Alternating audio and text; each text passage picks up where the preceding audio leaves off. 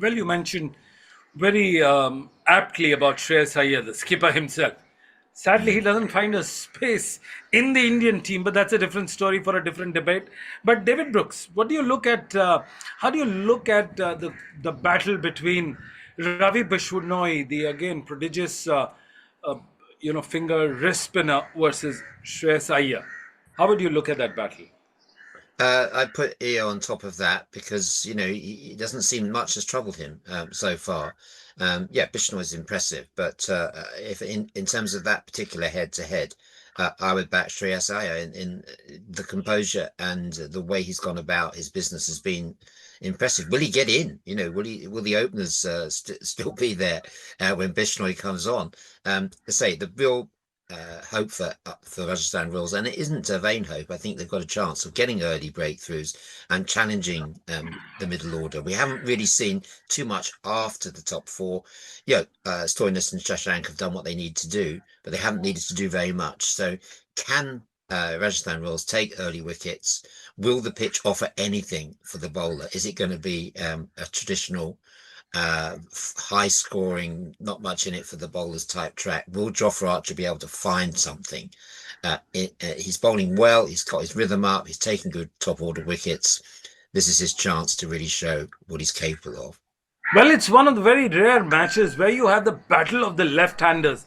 Just look at Suryavanshi and Jaiswal. Erin, it begs us to say that Suryavanshi and Jaiswal versus Arshdeep and Marco Jansen. Of course, Arshdeep bowls those throw-crushing Yorkers. But what do you think of this battle? Just close your eyes. Think of these two guys on the song, Suryavanshi and Jaiswal, against Arshdeep. Do you think it's one of the most likely battle between the bat and the ball? Your views? Well, talking about these two pairs on paper, definitely would say that the two batters are going to have a lot of positivity.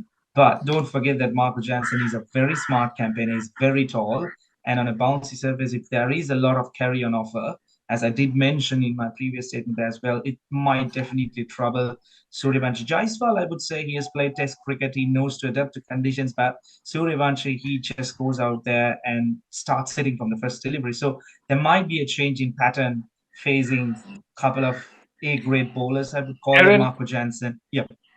Aaron, we are running short of time, but what's your favorite team for the day? Where's your money? Today, well, Punjab, they're unbeaten, but still, today I'm going to put my money on RR. Absolutely. We know the reason. Young left-handed batsman. Of course, we have RR as clear favorite. But let's ask David Brooks. He's a official professional punter of sorts in England.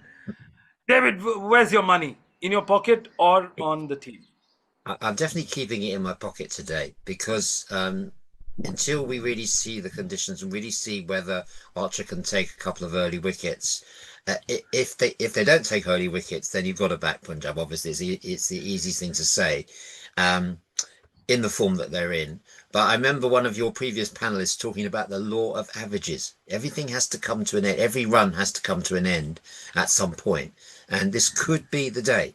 So I'm keeping my hands in my pockets. Because the chilly wind in this spring in England, but secondly, because I can't call this until we see what happens in that opening encounter. Well, a lot depends on the playing 11 as well. Of course, we've got one committal and one non-committal panelist today in our group for Cricketer Show. That's all we had time for. Don't go anywhere else. We'll be back after a short commercial break.